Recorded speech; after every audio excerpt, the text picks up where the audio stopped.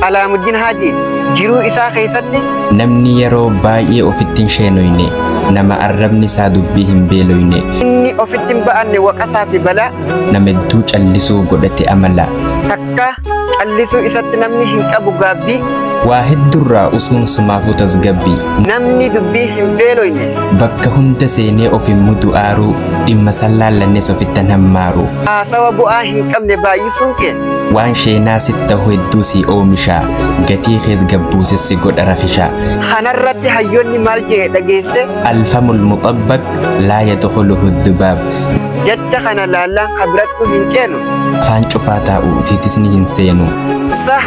osuma haasawuun kee qarshii sii ta'eeti callisuu kan keetu irra warqii dhafimeeti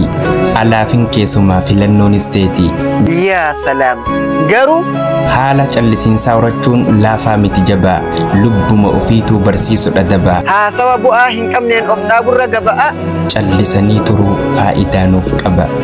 yaa salaam egaa viidiyoo tanarraa ergaa jabaa akka fudhatan abdiidhaan qaba akkuma inni isiniin jee namni callisuu isatti sheenoo hin jiru dubbachuu isatti sheenaa malee kanaafiyyuu namni walaleessaa Alaamuddin Haji hin beekne waa hin jiru yoo jiraates immoo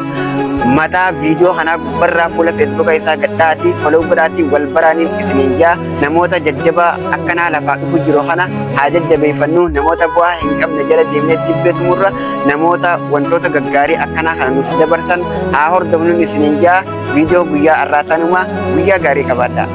Kan rabbumaa jecha qalbiirra wal kaayyanne